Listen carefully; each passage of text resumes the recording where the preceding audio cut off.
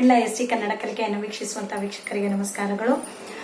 ಇವತ್ತಿನ ವಿಡಿಯೋದಲ್ಲಿ ನಾವು ಹೊಸದಾಗಿರುವಂತಹ ಒಂದು ವ್ಯಾಕರಣಾಂಶವನ್ನು ತಗೊಂಡು ಹೇಳ್ತಾ ಇದ್ದೀನಿ. ಅದು ಯಾವುದು ಅಂತಂದ್ರೆ ದ್ವಿರುಕ್ತಿ.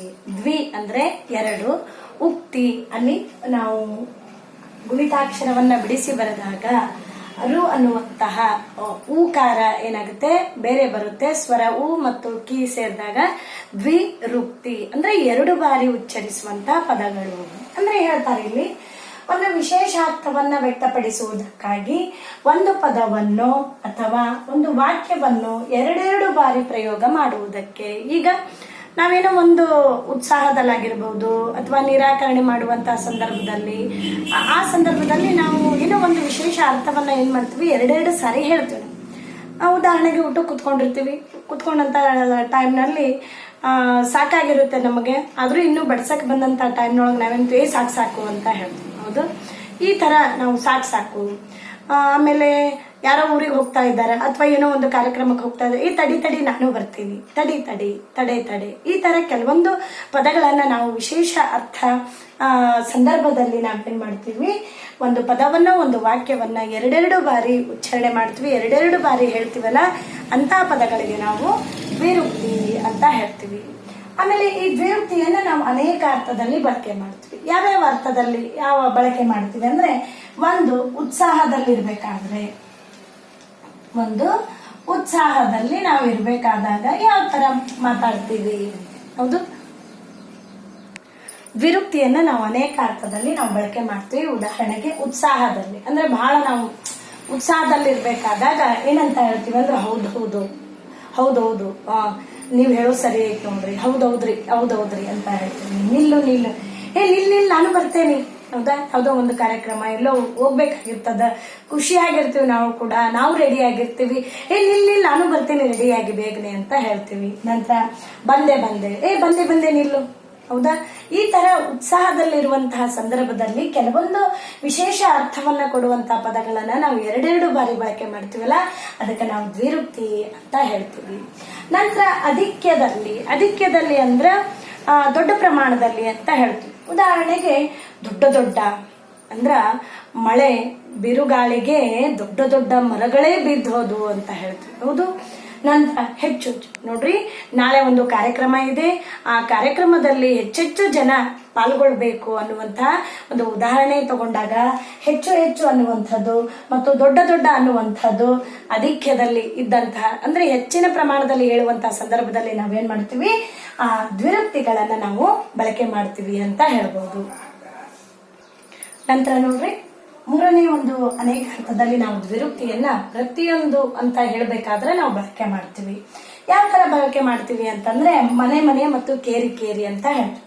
ಇಲ್ಲಿ ದೀಪಾವಳಿ ಸಂದರ್ಭದಲ್ಲಿ ಮನೆ ಎಲ್ಲ ಏನಾಗಿರುತ್ತೆ, ದೀಪಗಳಿಂದ ತುಂಬಿರುತ್ತೆ. ಅಂದ್ರೆ ಸಂಪೂರ್ಣ ಇಡೀ ರಾಜ್ಯಾದ್ಯಂತ ಏನಾಗಿರುತ್ತೆ, ದೀಪಾವಳಿ ಹಬ್ಬದಲ್ಲಿ ಮನೆಗೂ ಕೂಡ ದೀಪವನ್ನ ಹಚ್ಚಿರ್ತಾರೆ ಅಂತ ಹೇಳ್ತೀವಿ.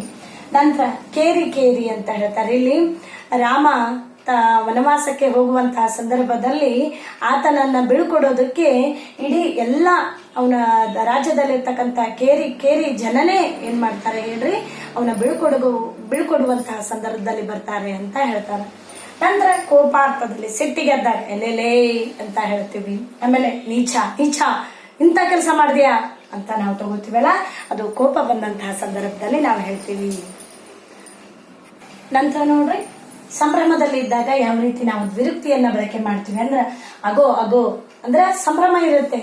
ಅಗೋ ನೋಡಲ್ಲಿ ರಾಮ ಬರುತ್ತಿದ್ದಾನೆ. ಶಬರಿ ತನ್ನ ಒಂದು ಭಾವನೆಯನ್ನ ವ್ಯಕ್ತಪಡಿಸ್ತಾಳೆ, ಸಂಭ್ರಮವನ್ನ ವ್ಯಕ್ತಪಡಿಸುವಂತಹ ಸಂದರ್ಭದಲ್ಲಿ ಅಗೋ ನೀ ರಾಮನೇ ಅನ್ನುವಂತಹ ಮಾತನ್ನ ಕೇಳ್ತಾಳ.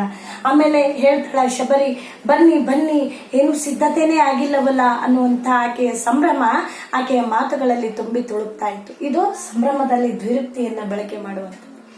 ನಂತರ 6 ಆಶ್ಚರ್ಯವಾದಾಗ. ಹೌದಾ, ಆಕೆ ಶಬರಿ ರಾಮನ ಒಂದು ರೂಪವನ್ನ ನೋಡ್ತಾಳ. ಅಬ್ಬಬ್ಬ ಎಂತ ರೂಪ, ಎನಿತುದಾರ ಅಂದ್ರೆ ಅವನ ರೂಪದಷ್ಟೇ ಅವನು ಕೂಡ ಉದಾರವಾಗಿರುವಂತಹ ಮನಸ್ಸು ಅಂತ ಹೇಳ್ತಾಳೆ. ಅಂದ್ರೆ ಆಶ್ಚರ್ಯವನ್ನ ವ್ಯಕ್ತಪಡಿಸ್ತಾಳ. ಆಹಾ, ನೀನೇ ರಾಮನೇ ಎನ್ನುವಂತಹ ಮಾತನ್ನ ನಾವು ದ್ವಿರುಕ್ತಿಯಲ್ಲಿ ನಾವು ಏನ್ ಮಾಡಬಹುದು, ತಿಳ್ಕೋಬಹುದು ಅಂತ ಹೇಳಬಹುದು.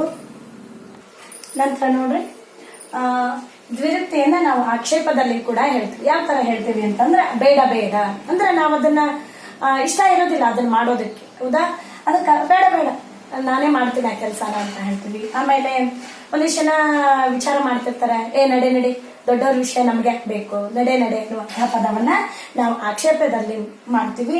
ಅದೇ ತರ ಒಪ್ಪಿಗೆಯನ್ನ ಸೂಚಿಸಬೇಕು ಅಂದ್ರ ಹೌದೌದು ಅಂದ್ರೆ ಅಲ್ಲಿ ಯಾವುದೋ ಒಂದು ಸಂದರ್ಭದಲ್ಲಿ ಒಂದು ವಿಚಾರವನ್ನ ನಮಗ್ ಕೇಳಿದಾಗ ಹೌದೌದು ನಾನು ಆ ಸಂದರ್ಭದಲ್ಲಿ ಇದ್ದೆ ಅನ್ನುವಂತಹ ಮಾತನ್ನ ಹೇಳ್ತೀವಿ. ಅದೇ ತರ ಆಗಲಿ ಅಂದ್ರೆ ಯಾರೋ ಒಬ್ರು ಏನೋ ವಿಚಾರವನ್ನ ಹೇಳಕಂತ ನಮ್ಮ ಹತ್ರ ಬಂದಿರ್ತಾರ, ಹಿಂಗ ನೋಡ್ರಿ ಈ ತರ ನಿಮ್ಮಿಂದ ನಮಗ್ ಕೆಲಸ ಆಗ್ಲಿ ನಾ ಮಾಡ್ಕೊಡ್ತೀನಿ ಆ ಕೆಲಸನ ಅಂತ ಹೇಳ್ಕೊಡ್ತೀವಿ.